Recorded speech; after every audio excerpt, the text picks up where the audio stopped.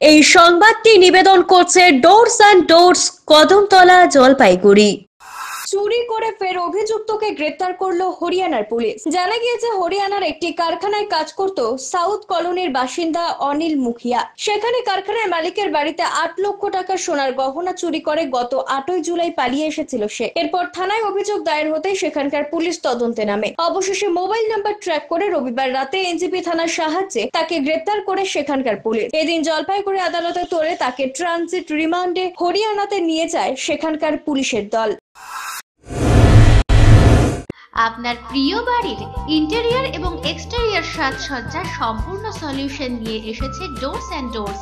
এখানে আপনি পাবেন প্লাস্টিকের দরজা, কাচের দরজা, মেইন ও পার্টিশন দরজা, বিভিন্ন রকম জানালা, partition, floor, ceiling, steel railing. এছাড়াও আপনি পাবেন modular kitchen chimney, ladder, ACP ও আরো অনেক কিছু।